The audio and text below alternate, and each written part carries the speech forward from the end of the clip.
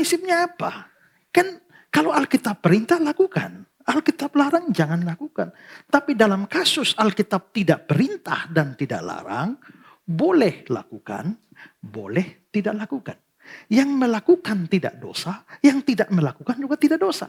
Pikirkan bahwa sesuatu mungkin tidak dosa, tidak dilarang oleh kitab suci. Tapi pertimbangkan satu hal lagi. Apakah itu jadi batu sandungan bagi orang atau tidak? Ada amin kalau yakin betul, amin. Kalau dia omong salah, ada amin saudara? Tidak ada. Ada amin saudara masih bingung. Benar apa enggak ya? Jangan buru-buru. Ada amin. Sabar dulu. Dia balik. Dia bilang, karena Tuhan Yesus bilang barang siapa tampar pipi kanan mau berpikir, dia pasang sebelah lagi. Tampar. Lalu kawannya tampar. Dia bilang, oke, sekarang masalah agama selesai. Sekarang masalah laki-laki dengan laki-laki. Ya kan pendeta kuat iman. Kuat iman apa? Ini juga pendeta juga manusia. Lu kira tiang listrik yang ada di sini kan?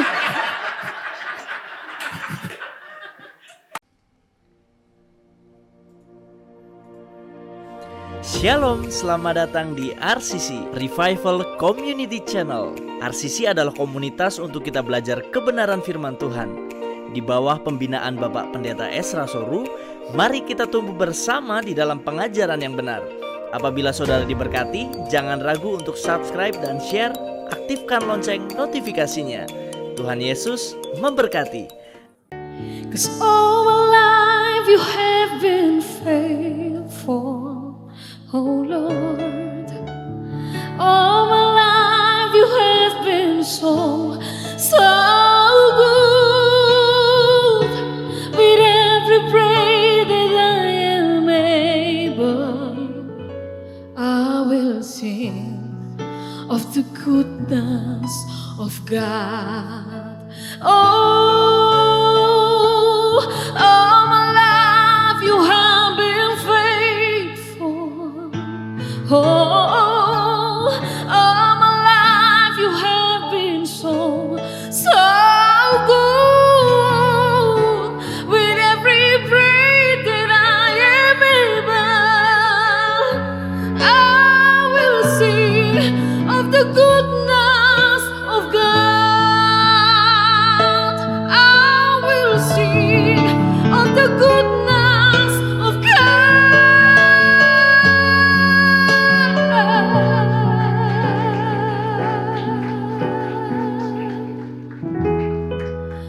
Of the goodness of God. Terima kasih Tuhan Yesus memberkati kita semua. Sekali lagi tepuk tangan yang meriah buat bukan hanya disaksikan oleh ribuan pasang mata seperti yang Nay ceritakan tadi. Waktu saya lihat fotonya nggak kalah sama Syahrini, saudara. Penyanyi yang dipilih oleh Tuhan, Pak Esra, hambanya yang setia. Kalau kita di dalam Tuhan, engkau akan berbuah. Tadi fotonya langsung turun dari pesawat jet pribadi, saudara. Pelayanan boleh di Sangirta Laut jauh sekali. Tetapi naiknya pesawat jet pribadi dijemput, saudara. Waktu saya jemput Pak Esra pakainya pesawat telepon, saudara.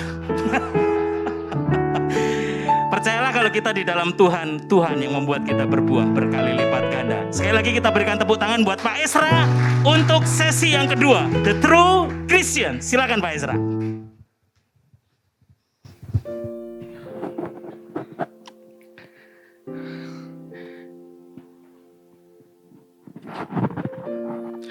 Ya, kita lanjutkan ya.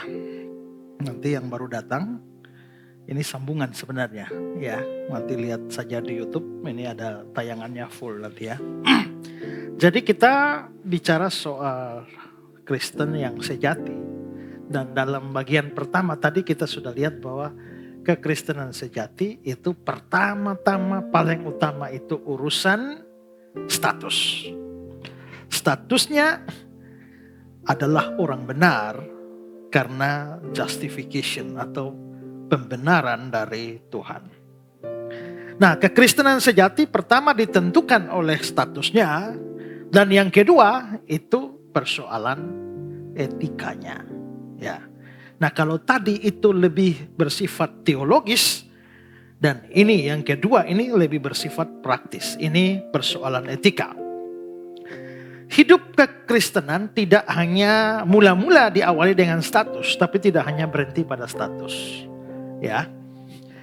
Tadi sudah saya singgung bahwa pembenaran itu tidak menjadikan kita menjadi orang baik. Pembenaran itu hanya status hukum kita di hadapan Tuhan karena kebenaran Kristus diberlakukan bagi kita. Maka begitu orang percaya Yesus, otomatis dia langsung jadi orang benar. Biarpun belum ada perubahan hidup dari hari ke hari. Karena perubahan hidup itu proses. Tapi pembenaran langsung pada saat orang percaya Yesus. Nah, tetapi itu namanya konsep justification. Tapi ada konsep sanctification. Ini pengudusan. Jadi pada waktu orang percaya Yesus, dia akan diberikan Roh Kudus. Ya, diberikan Roh Kudus. Itu saudara bisa lihat di Efesus 1 ayat 13 itu. Pada waktu orang percaya Yesus, ya, dia dimeteraikan dengan roh. Nah, kalau kita diberikan Roh Kudus, maka Roh Kudus mengerjakan yang namanya pengudusan, sanctification, di mana Roh Kudus bekerja menguduskan kita atau membaharui kita. Pekerjaan Roh Kudus itu sebenarnya sudah dimulai ketika kita dilahir barukan atau lahir kembali. Ya, dulu kita mati rohani. Mati rohani itu berarti secara rohani mati. Karena dia mati rohani, dia tidak bisa berespon terhadap segala macam hal yang rohani. Kayak mayat di sini. Begitu ada mayat orang mati di sini, ayo kasih babi panggang, goyang-goyang di hidung. Ada respon? Gak bisa. Mau dikasih makanan seenak apapun tidak bisa respon karena mayat. Dikasih duit 1 tas juga goyang-goyang juga tidak bergerak. Karena mayat. Bagaimana dia bisa respon? Hidupkan dulu. Setelah dia hidup, goyang sate, babi, respon. Gitu ya.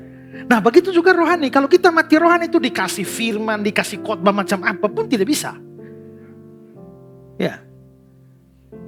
Supaya dia bisa respon, kasih hidup dulu.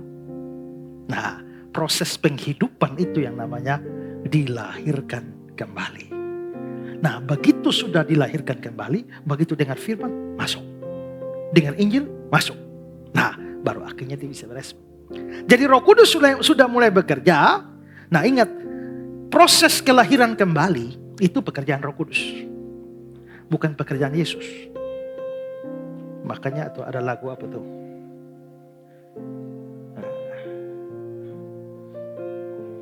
Ku menjadi ciptaan yang baru oleh kuasa darah-Mu. Itu salah. Karena penebusan itu oleh darah Yesus. Tapi menjadi ciptaan yang baru itu urusan Roh Kudus.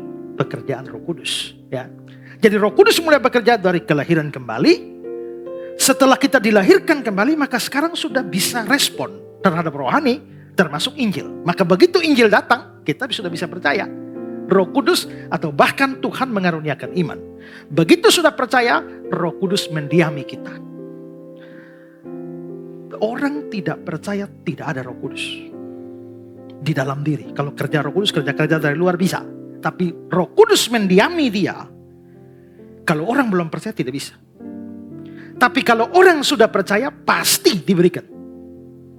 Nah, begitu Roh Kudus sudah ada, dia mulai beroperasi di dalam kita. Lalu muncullah pengudusan. Akhirnya orang mulai melahirkan perbuatan baik. Kasihnya mulai keluar. Sukacitanya, damai sejahteranya, kesabarannya.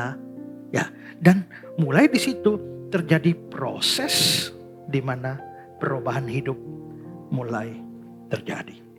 Ingat ya, tanda bahwa orang betul-betul Kristen sejati ada perubahan hidup, bukan kesempurnaan. Karena kadang-kadang begini, ada orang yang belum percaya hanya dia berasal dari lingkungan keluarga yang baik-baik. Sehingga memang standar moralnya sudah tinggi. Tapi dia tidak percaya Yesus. Itulah sebabnya kita dapati ada orang Kristen sungguh-sungguh tapi hidupnya masih lebih buruk dari non-Kristen. Tapi pertanyaannya ada perubahan atau tidak? Misalnya ambil contoh.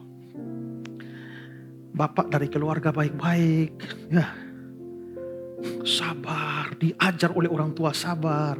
Jadi biarpun Bapak ditampar satu kali, Bapak pasti tidak membalas. Tapi bukan Kristen. Ya, tapi Bapak ini Kristen. Ini orang jahat sekali.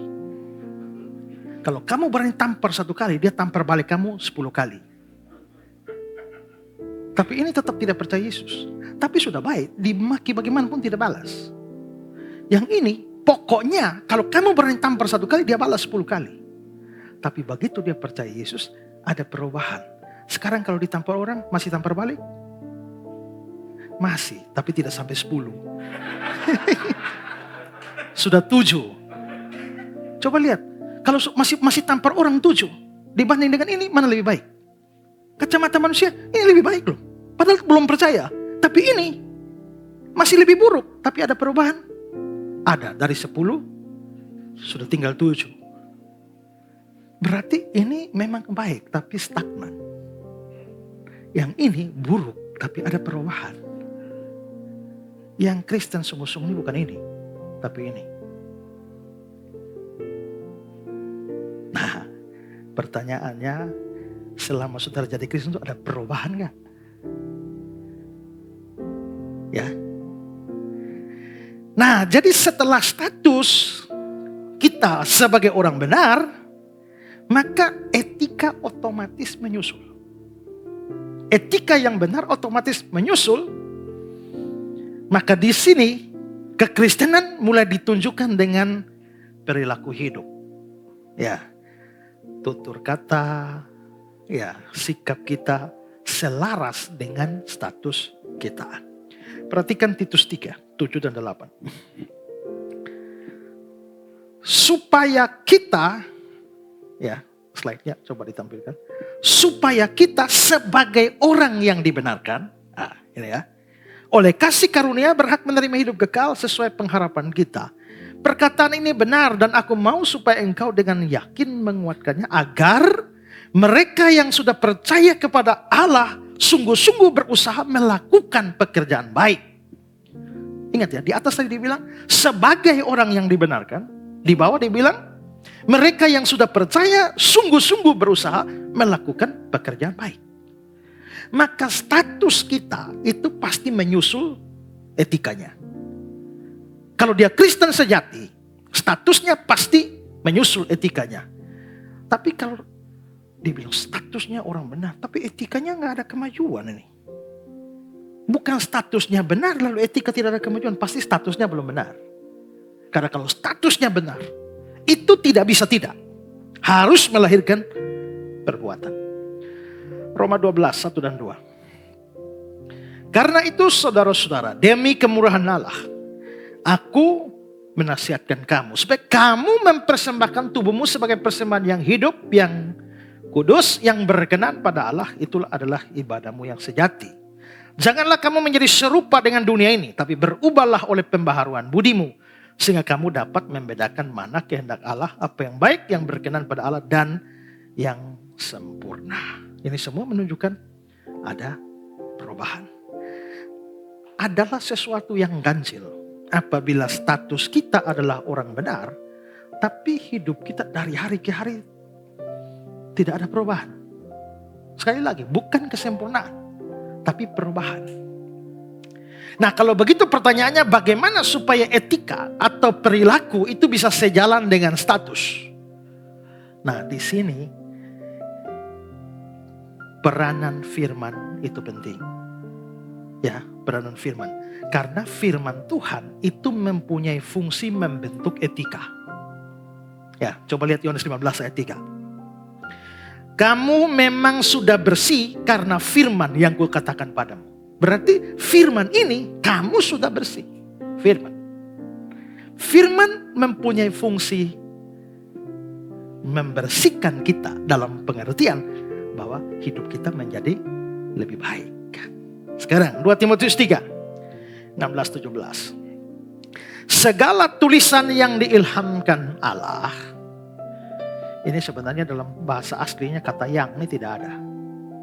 Jadi segala tulisan diilhamkan Allah. Kata segala tulisan ini ya itu dalam New American Standard Bible, all scripture, seluruh kitab suci. Jadi seluruh kitab suci diilhamkan Allah. Ini menjadi salah satu dasar bahwa Alkitab itu firman Allah. Ya, nggak ada bagian kitab suci yang tidak diilhamkan. Seluruh kitab suci diilhamkan Allah, memang bermanfaat untuk mengajar. Maka nomor 1 fungsi firman itu mengajar. Jadi jangan mengajar di luar segala yang diilhamkan Allah. Sekarang ini banyak orang mengajar tapi dasar Alkitabnya tidak ada. Omong-omong sembarang saja. Bikin teori-teori sendiri. Kalau saudara lihat khotbah saya atau mengajar, tidak ada statement keluar tanpa dasar Alkitab. Begitu tidak ada dasar Alkitabnya, maka saya tidak mau menjawab. Atau menjawabnya, tapi menjawabnya adalah saya tidak tahu. Gitu aja. Kemarin itu ada orang di Sanger juga tanya, kalau bayi mati masuk surga atau masuk neraka? Nah, dia tanya begitu. Ya saya bilang ingat ya, dasarnya itu adalah firman. Pertanyaannya, pernahkah ada firman Tuhan membicarakan nasib bayi-bayi? Ada satu ayat yang disalah tafsirkan. Karena waktu Daud itu anaknya sakit kan dia puasa. Begitu anaknya mati, langsung dia bangun bersih-bersih. Lalu pegawai-pegawai tanya, kenapa anaknya mau mati kok nangis, meratap, doa puasa. Tapi begitu anaknya mati kok sudah kembali segar. Daud bilang apa? Karena dia tidak akan kembali kepadaku, tapi aku yang akan pergi kepadanya. Lalu dia bilang, aku yang akan pergi kepadanya, pergi kepada anaknya yang mati itu. Kemana Daud pergi menemui anaknya yang sudah mati? Daud ini orang benar, pasti masuk surga. Maka anaknya harus di surga. Jangan amin dulu. Itu tafsiran yang salah. Karena itu tafsirannya tidak natural. Daud tidak bicara soal surga neraka di situ. Maksudnya, dia tidak akan kembali padaku, tapi aku yang akan pergi. Dia tidak akan bangkit, tapi aku yang akan mati. Nah, itu hanya itu saja maksudnya. Jadi tidak ada ayat yang bicara soal nasib bayi-bayi. Percaya Yesus, masuk surga. Tidak percaya Yesus, masuk neraka. Bisakah bayi percaya Yesus? Belum. Berarti belum bisa ke surga dong. Bisakah bayi tidak percaya Yesus? Juga tidak. Berarti belum bisa ke neraka dong. Terus kemana? Ya. Kembali kepada kedaulatan Tuhan. Ya kan? Tapi bagi kita kalau ditanya pasti ya tidak tahu dong. Maka Ulangan 29 ayat 29. Hal-hal yang dinyatakan itu bagi kita. Tapi hal-hal yang tidak dinyatakan, yaitu bagi Tuhan. Gak usah urus di situ. Ya, makanya saya di mana-mana aja. Kemarin tanya jawab di satu lapangan 2.000 orang tuh. Saya kalau tanya jawab di mana-mana dengan yakin penuh, tanya apa saja saya pasti jawab. Karena saya tidak tahu, itu juga jawaban. Nah, ya kan? Tapi kewenangan kita hanya mengajar dari segala tulisan yang diilhamkan Allah. Ini menjadi standar saudara untuk menilai pengkhotbah dan pengajar siapapun. Ingat ya, yang ada dasar saja belum tentu dasarnya ditafsir benar loh. Apalagi nggak ada dasar. Ya kan? Orang yang mengajarkan penginjilan pada orang mati juga kan ada dasar. 1 Petrus itu. Pasal 3, 19. Oleh roh itu dia pergi memberitakan Injil pada roh-roh yang terpenjara. Akan begitu kan. Lalu itu didasarkan jadi dasar penginjilan orang mati. Jadi kalau bapak misalnya punya ayah belum percaya Yesus terus mati, kan akan masuk neraka kan. Tapi bisa diinjili lagi. Diupayakan supaya arwah bapak tuh masuk ke dalam dia. Begitu arwah bapak masuk ke dalam dia, bukan dia lagi tapi bapaknya, langsung injili. Begitu bapaknya yang kesurupan menyusup masuk ke situ, menjadi percaya, selamat dia. Nah, dasarnya apa? 1 Petrus pasal 3 itu. Berarti doktrin penginjilan pada orang mati pun ada dasar ayat, walaupun ditafsir salah. Saksi Yehova bilang, yang masuk surga itu cuma 144.000 orang. Ada dasar ayat? Ada. Wahyu 7 ayat 4. Tapi itu pun ditafsir salah. Ya, jadi yang punya ayat saja belum tentu benar. Apalagi yang tidak punya dasar. Ya, maka saudara harus sungguh-sungguh. Jangan gampang amin. Ada amin saudara, pikir baik-baik. Makanya saya selalu ajar jemaat saya, kalau ada amin, kalau yakin betul amin. Kalau dia omong salah, ada amin saudara, tidak ada. Ada amin saudara, saudara masih bingung, benar apa enggak ya? Jangan buru-buru. Ada amin, sabar dulu, ya, tunggu dulu kan, belajar dulu kan. Karena apa? Amin itu kan setuju. Yang dia katakan itu tidak benar.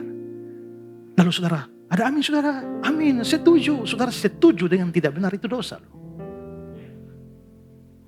Ya.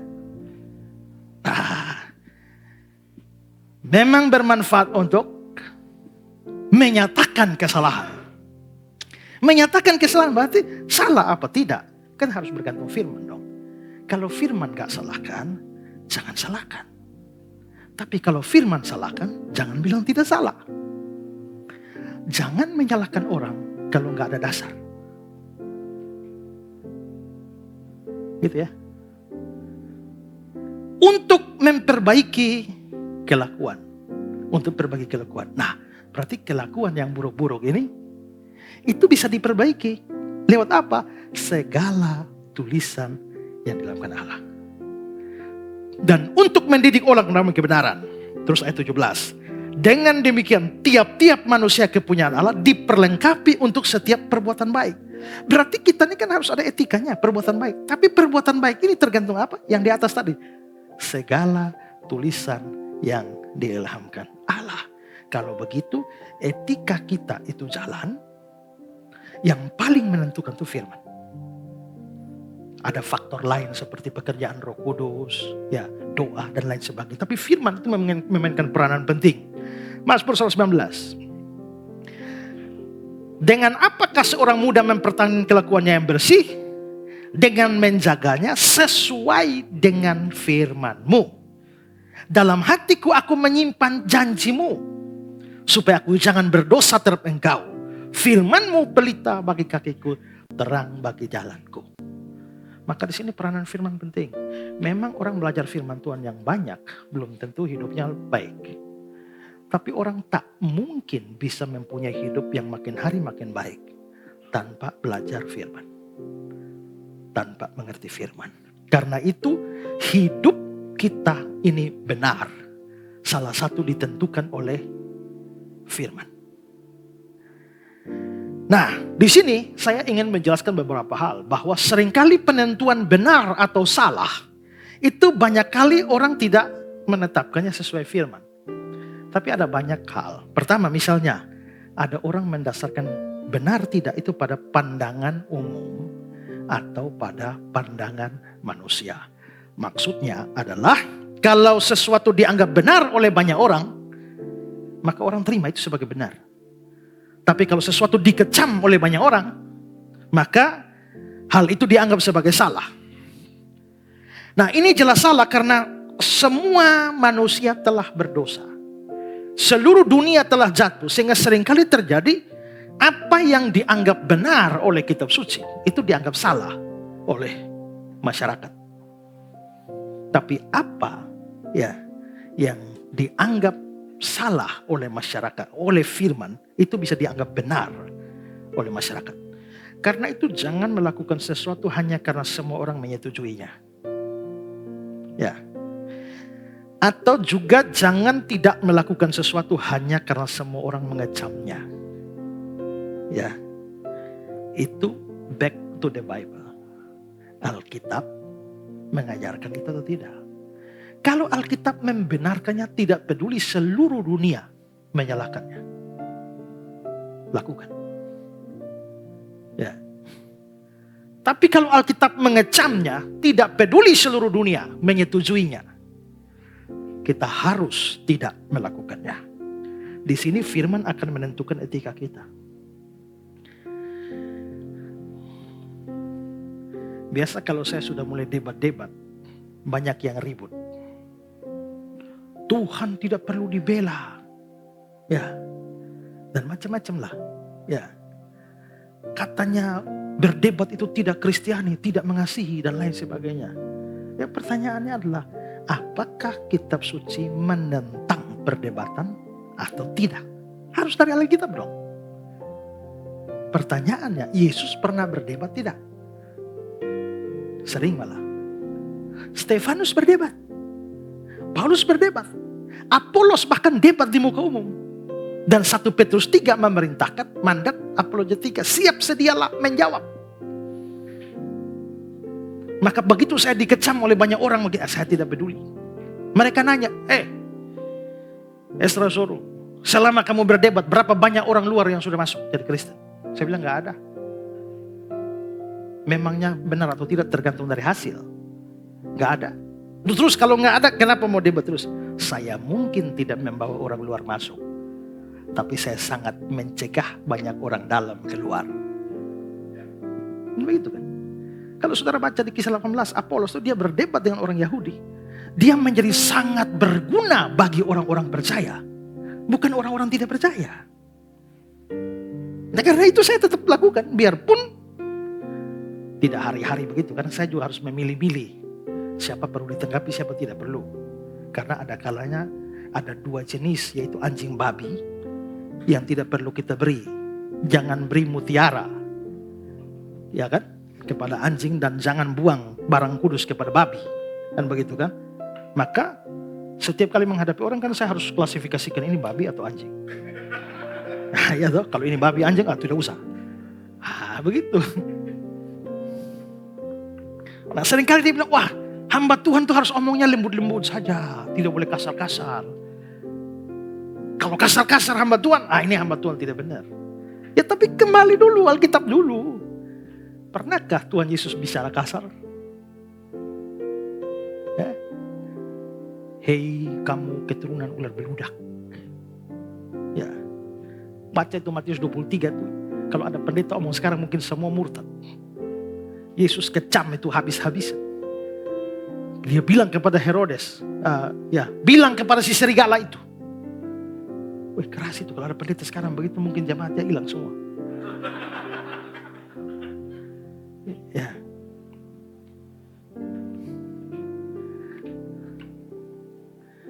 Berarti itu sebenarnya makian juga ya.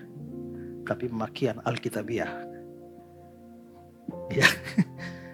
Banyak orang murtad itu seperti babi yang kembali ke kubangannya. Babi. Pakai serigala, pakai ular beludak. Tapi siapa mau kasih salah? Yesus. Tapi tetap pandangan umum pasti menolak. Ya, tapi ingat standar kita bukan pandangan umum. Kedua, bukan suara hati atau hati nurani kita. Bukan. Kadang-kadang memang hati nurani kita bisa dijadikan standar, tapi seringkali tidak bisa. Mengapa? Karena perlu diingat bahwa manusia semua sudah jatuh dalam dosa. Dan semua aspek manusia itu mengalami rusak. Itu yang disebut sebagai total depravity. Salah satu aspek yang rusak adalah hati nurani. Titus 1:15.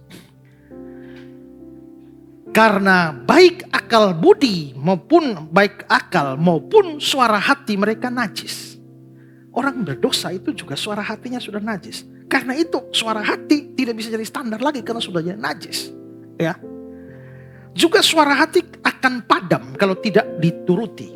Kadang-kadang kalau kita mau melakukan dosa pertama kali, mencuri misalnya, itu ada suara hatinya keras. Jangan, tapi curi aja. Nanti juga curi kedua juga curi lagi. Makin curi lagi, kira-kira terus dilawan. Gitu. Dia makin hilang suaranya. Ya. Dan juga suara hati sangat dipengaruhi dengan pandangan sekitarnya. Kalau saudara dari kecil dengan papa, mama, kakak, adik itu maki-maki orang tuh, anjing, babi, kau biadab, kau monyet, kau. Kalau itu biasa, maka pada waktu dia memaki orang seperti itu pun dia tidak ada tuntutan hati nurani. Dia nggak rasa bersalah. Oh, memang hari-hari begitu. Tapi kalau dari kecil haram oleh orang tua ucapkan kata-kata itu, maka pada waktu dia sampai memaki orang begitu, itu dia rasa bersalah luar biasa. Ini lingkungan. Karena itu tidak bisa jadi standar. Saya pernah dapat cerita tentang satu kampung di Afrika yang punya kebiasaan aneh. Pada waktu saudara berkunjung, ada tamu berkunjung, etika paling tinggi di kampung itu adalah membiarkan istri saudara tidur dengan tamu laki-laki itu. Jadi kalau saya berkunjung ke rumah saudara, istri saudara harus diizinkan tidur dengan saya. Kalau saudara tidak izin, itu namanya orang tidak tahu adat. Ya, orang tidak tahu etika. Dikecam malah. Tapi kalau izinkan saya tidur dengan istri saudara, nah itu saudara tuan rumah yang baik. Di Afrika, bapak-bapak tidak usah tanya Afrika bagian mana. Ya. Kalau kita kasih tahu bahaya itu. Ya. Atau misalnya gini, ini kisah sungguh-sungguh. Cerita para misionaris yang menginjil di Papua, di suku-suku masih terasing pada waktu itu. Mereka putar film Yesus. Semua mereka dari orang dari suku itu lihat cerita Yesus tuh menegangkan. Adegan demi adegan.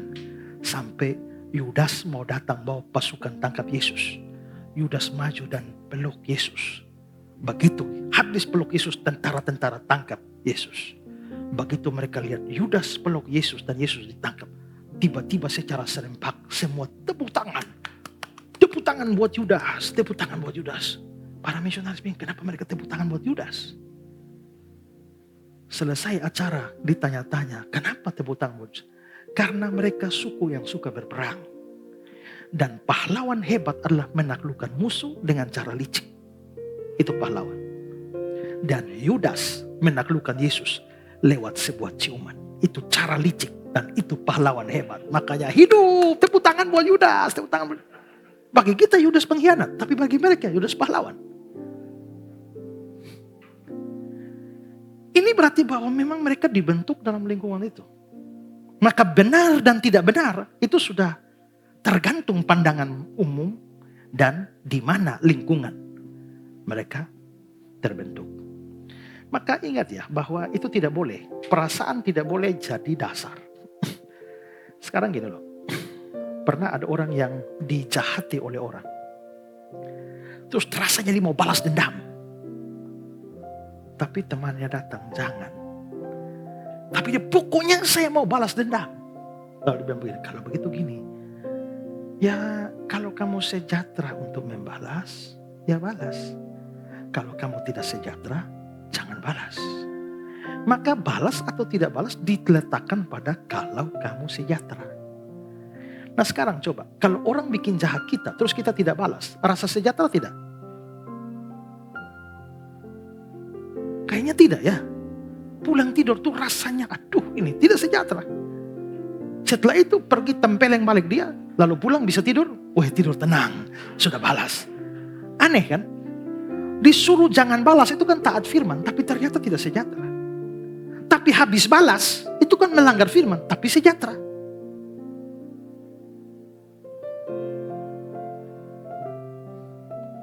Makanya ada cerita orang Ambon tiba-tiba ditampar, blak, oleh temannya yang agama lain. Dia balik, dia bilang, karena Tuhan Yesus bilang barang siapa tampar pipi kanan mau berpikir, dia sepasang sebelah lagi. Tampar. Lalu kawannya tampar. Dia bilang, oke, sekarang masalah agama selesai. Sekarang masalah laki-laki dengan laki-laki.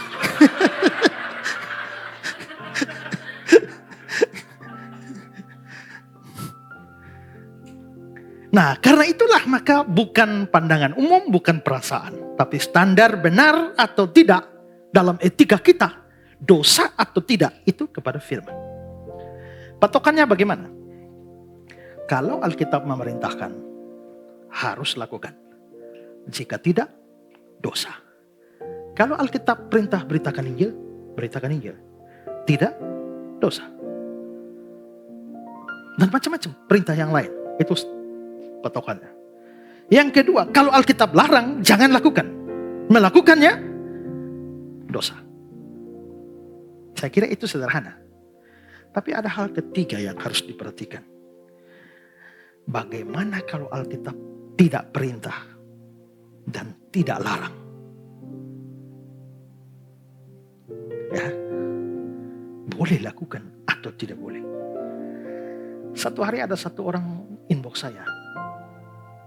Ya, kamu pendeta tidak beres. Kenapa? Pendeta kok main Facebook? Saya heran. Coba kasih satu ayat. Mana ada perintah main Facebook? Nggak ada kan? Nggak ada memang. Ya. Tapi kalau dasarnya begitu, maka kita tidak bisa bikin apa-apa lagi. Karena ada banyak kegiatan modern saat ini nih yang nggak ada perintah di Alkitab. Dan kalau semua kegiatan kita harus dicatat di Alkitab, sekarang saya tanya, mana ada perintah di Alkitab suruh mandi? Tidak ada. Kalau begitu kita tidak boleh mandi. Ya.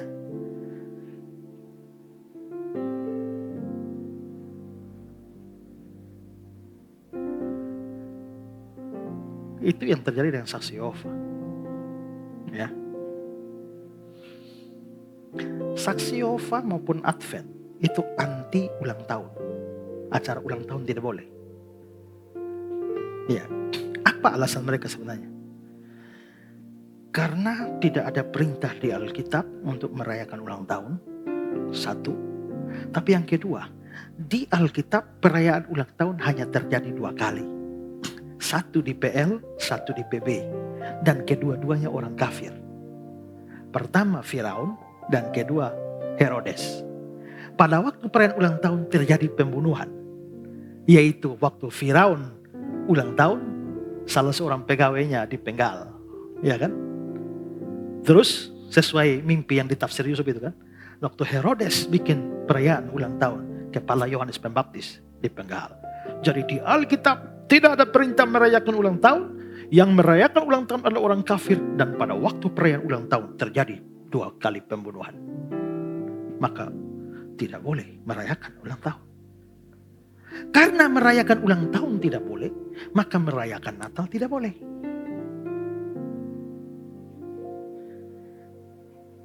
Setelah perayaan Natal lewat, Desember, Januari masih hangat-hangatnya Natal. Saya lihat 2 orang mengetok pintu rumah saya berkunjung. 1 bule, 1 orang Indonesia. Dari penampilan mereka, saya tahu mereka saksi Yehova. Karena saksi Yehova itu sering jalan 2-2. Berkunjung, putih-putih, hitam putih. Ya, nanti lihat mereka baku omong, yang paling banyak omong itu junior. Yang seniornya biasa diam. Dan melihat kesulitan junior, baru senior turun tangan. Begitu mereka 2 masuk, saya langsung, mari masuk.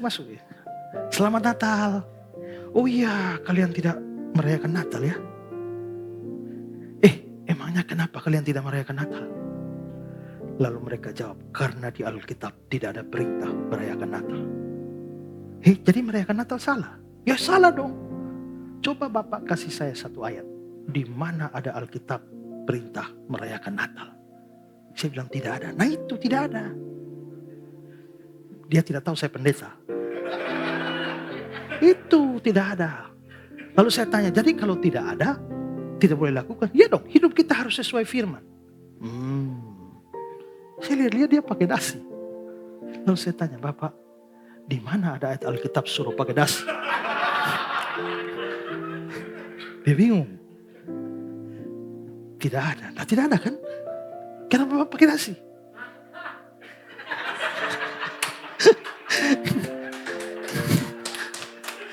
Lalu dia bilang, ya kan Alkitab juga tidak melarang pakai dasi. Alkitab tidak melarang pakai dasi. Lalu saya tanya, kalau begitu saya tanya, di mana Alkitab melarang merayakan ulang tahun? Di mana Alkitab melarang merayakan Natal? Kasih saya satu ayat. Dia diam, tidak bisa jawab lagi. Permisi, kami mau pulang. Saya bilang, jangan dulu. Saya panggil istri saya, tolong bikin minum teh dulu. Bawa pisang goreng, kita ngobrol-ngobrol dulu.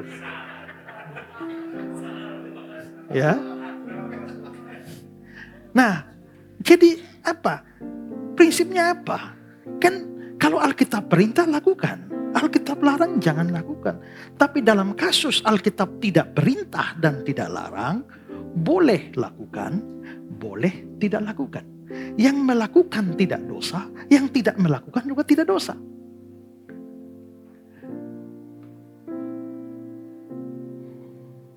Orang mau bikin pesta ulang tahun tidak dosa. Tapi kalau dia memilih tidak merayakan ulang tahun, juga tidak dosa. Maka waktu saudara mau salahkan orang juga ingat-ingat. Itu ada perintah di Alkitab, ada larangan di Alkitab atau tidak. Jangan menyalahkan orang sembarang. Kalau Alkitab tidak perintah, tidak larang, jangan salahkan entah dia lakukan atau tidak lakukan. Ya. Dan ada banyak kasus seperti itu. Seperti ya ulang tahun, main Facebook. Kali lalu kan waktu Natal sini kan kita sudah jelaskan soal menyanyi lagu-lagu yang rohana itu, non rohani itu ya. Banyak orang menganggap itu dosa. Ya.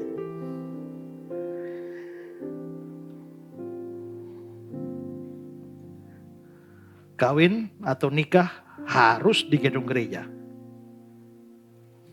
Kalau tidak di gedung gereja, dosa. Mana dasarnya? Ada perintah mereka bikin pesta, bikin pemberkatan nikah di gereja? Tidak ada. Ada larangan? Tidak ada. Nah, dalam kasus seperti itu, artinya kita boleh melakukan, boleh tidak. Tapi patokannya apa? Ya, patokan apa untuk melakukan atau tidak melakukan? Patokannya adalah, coba 1 Korintus 10 ayat 31.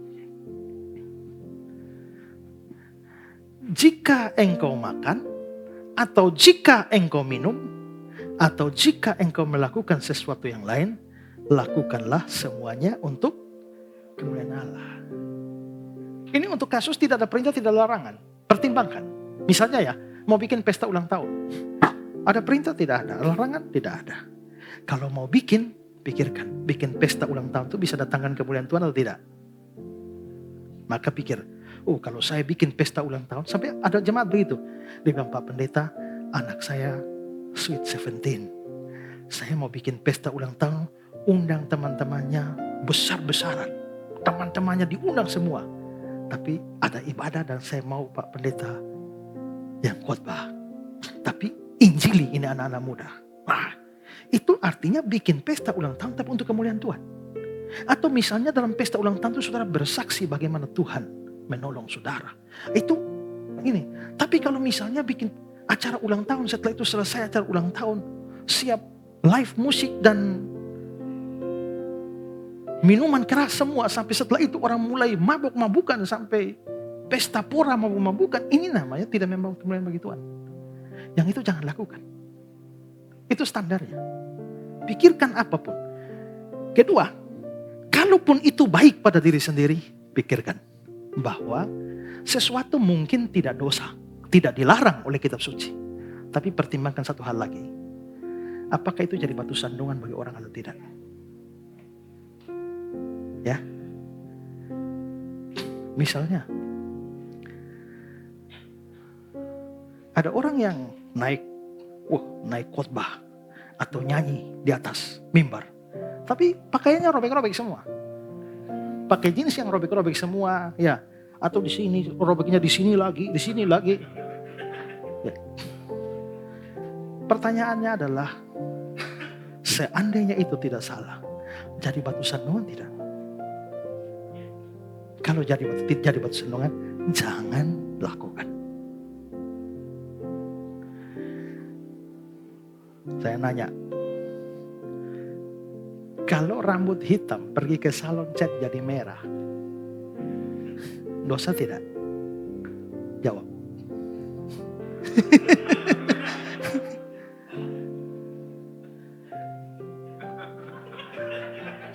pertanyaannya, adakah perintah? Tidak ada. Ada larangan? Tidak ada. Ya, maka untuk kita yang dewasa rohani, tak usah komentari rambut orang lah. Ya toh? Kecuali ada larangan mengecat rambut. Ya sudah, silakan kecam. Tapi kalau Alkitab tidak kecam, tidak usah kecam. Ya kan? Tapi misalnya saya, pendeta yang selalu tampil, kalau saya pergi cat rambut biru di sini, lalu sebelah merah, merah biru bagi dua, dosa tidak juga. Tapi pada waktu saya berdiri di mimbar, satu merah, satu biru, ini jadi masalah ini. Saya khotbah orang tidak dengar lagi. Ini pendeta itu tidak beres. Waktu itu maka itu jadi batu sandungan. Maka kalau itu jadi batu sandungan, jangan. Itu kan kasusnya di Korintus itu kan ya. Orang sudah persembahkan makanan untuk berhala. Habis itu sisa banyak, mereka jual di pasar. Lalu jadi persoalan di Korintus adalah, bolehkah makan makanan yang telah dipersembahkan pada berhala? Paulus bilang boleh. Kenapa? Sebenarnya tidak ada berhala di dunia yang mau makan saja. Tapi Paulus tambahkan, tapi ingat, ada orang-orang yang lemah imannya. Yang kalau dia tahu bahwa itu makanan berhala kamu makan, dia yang masih lemah imannya, belum punya pengertian baik, dia bisa tersandung gara-gara kebebasanmu. Maka Paulus bilang, kalau memang begitu, makan daging itu tidak salah. Tapi kalau makan daging itu menyandung orang lain, aku tidak akan makan daging lagi, kata Paulus. Padahal makan daging itu tidak salah. Maka etika kita harus ditentukan dari itu. Ini penting bagi kita, diri kita, tapi penting bagi penilaian kita. Jadi jangan menilai orang lain pakai standar yang tidak ada dalam kitab suci.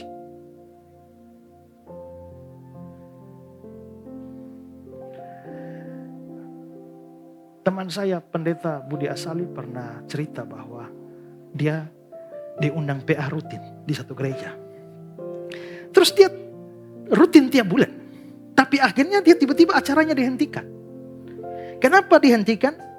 Karena bagi mereka setelah itu kemudian ketahuan bahwa mereka menolak pendeta Budi Asali untuk mengajar lagi karena orangnya tidak beretika. Kenapa tidak beretika? Karena mereka siap aqua gelas. Jadi kalau etika tuh buka dulu, tuang di gelas baru minum, jangan minum langsung dari botol. Jadi waktu mengajar beliau bukan langsung minum. Ini tidak beretika. Gara-gara minum langsung tidak beretika, maka acara Bible class rutin dibatalkan. Itu kan aneh sekali itu. Itu menyalahkan orang dengan standar yang tidak ada dalam kitab suci. Nah, maka patokan kita, ada perintah, lakukan. Ada larangan, jangan lakukan. Tidak ada perintah, tidak ada larangan, pikirkan itu untuk kemuliaan Allah. Dan apakah itu menyandung orang lain atau tidak. Jangan hanya pikir diri sendiri. Ya kan? True Christian begitu. Banyak orang datang gereja pakai pakaian yang tidak beres. Sampai di sini loh. Ya. Orang Kupang itu bilang itu namanya celana umpan. Maksudnya mau umpan apa? Ya. Ya, bayangkan sudah rok pendek begini, duduk paling muka, pangku kaki lagi. Pendeta di muka nih mau khotbah juga susah itu ya. Ya kan pendeta kuat iman. Kuat iman apa? Ini juga pendeta juga manusia. Lu kira tiang listrik yang ada di sini kan? Tapi kalau kita ngomong itu, rok-rok gua, baju-baju gua, badan-badan gua, paha-paha gua. Iya, tapi mata kan mata gua. Jangan kebebasanmu menjadi batu sandungan bagiku. Kamu bebas berpakaian apa saja, tapi kan juga saya terganggu. Pendeta Rap-Rap bercerita bahwa satu hari dia diundang berkhotbah di persekutuan para desainer pakaian. Lalu dia tanya, apa yang terbaru, tren sekarang? Lalu mereka jawab, pendeta Rap bilang, yang tren sekarang adalah yang atas makin ke bawah, yang bawah makin ke atas. Maksudnya, Yang mestinya di bawah tuh makin ke atas roknya. Tapi yang ini di atas makin ke bawah. Lalu pendeta bilang, wah bahaya. Apa bahaya? Karena yang bawah makin ke atas, yang atas makin ke bawah, lama-lama sisa ikat pinggang.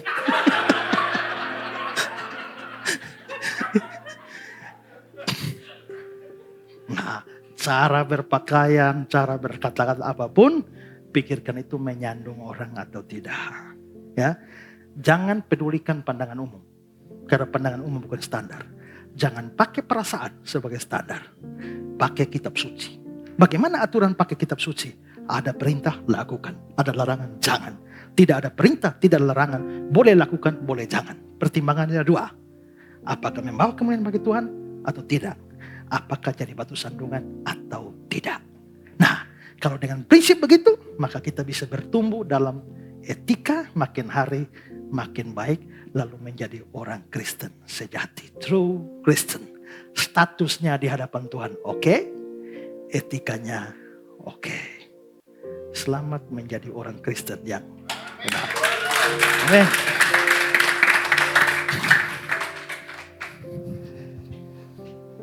Saya lagi ngecek ada nggak yang roknya naik ke atasnya ke bawah gitu, saudara. Kita break sejenak, tapi nggak break perlu berhenti gitu, nggak. Kita masuk ke dalam sesi yang ketiga, yaitu Q&A, tanya jawab.